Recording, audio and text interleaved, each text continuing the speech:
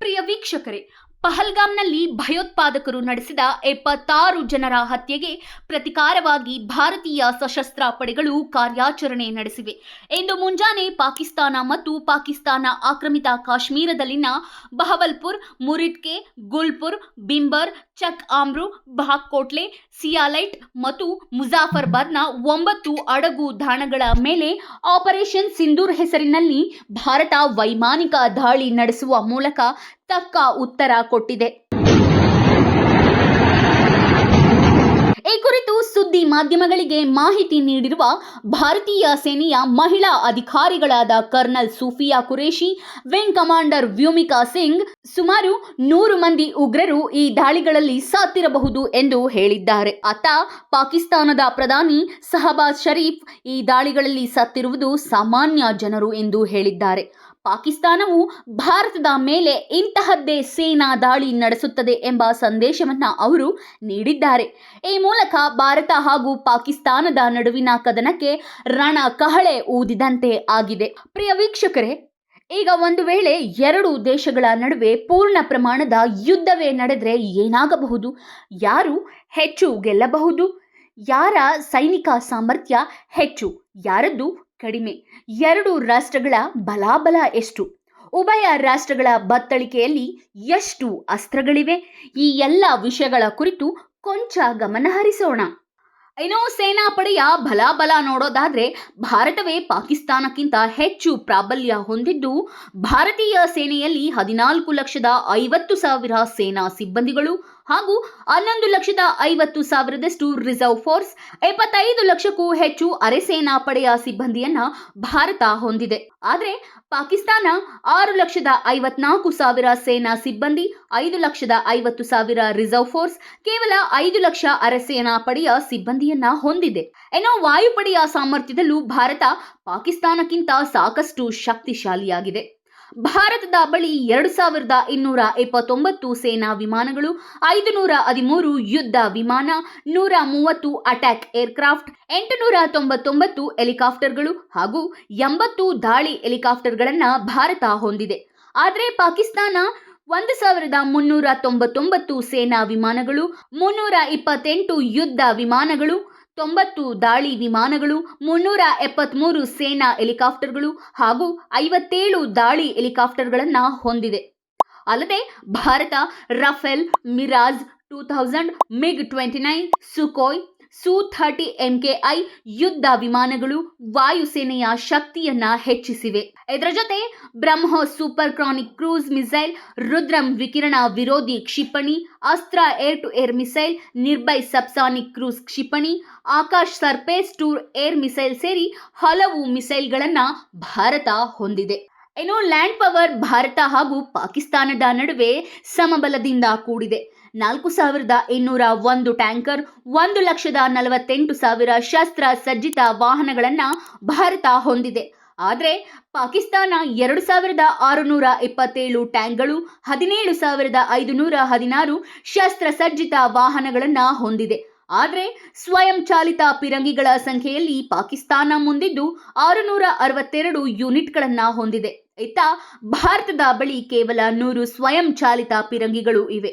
ಇದರ ಬೆನ್ನಲ್ಲೇ ಸ್ಥಳಾಂತರಿಸಬಹುದಾದ ಪಿರಂಗಿಗಳ ಸಂಖ್ಯೆಯನ್ನ ನೋಡಿದ್ರೆ 3,975 ಯೂನಿಟ್ಗಳನ್ನ ಭಾರತ ಹೊಂದಿದ್ರೆ ಪಾಕಿಸ್ತಾನ 2,629 ಯೂನಿಟ್ಗಳನ್ನ ಹೊಂದಿದೆ. ಇತ್ತ ಮೊಬೈಲ್ ರಾಕೆಟ್ ವ್ಯವಸ್ಥೆಯಲ್ಲೂ ಭಾರತ ಹಿಂದಿದ್ದು ಪಾಕಿಸ್ತಾನ 600 ಮೊಬೈಲ್ ರಾಕೆಟ್ ಯೂನಿಟ್ಗಳನ್ನ ಹೊಂದಿದ್ರೆ ಭಾರತದ ಬಳಿ ಕೇವಲ 264 ಮೊಬೈಲ್ ರಾಕೆಟ್ ಯೂನಿಟ್ಗಳಿವೆ ಎಂದು ಅಧಿಕೃತ ಅಂಕಿ ಅಂಶಗಳು ಹೇಳ್ತವೆ. ಇನ್ನು ನೌಕಾಬಲಕ್ಕೆ ಬರೋದಾದ್ರೆ ಪಾಕಿಸ್ತಾನಕ್ಕೆ ಹೋಲಿಕೆ ಮಾಡಿದ್ರೆ ಭಾರತ ನೌಕಾಪಡೆಯಲ್ಲಿ ರಾಜನಿದ್ದಂತೆ.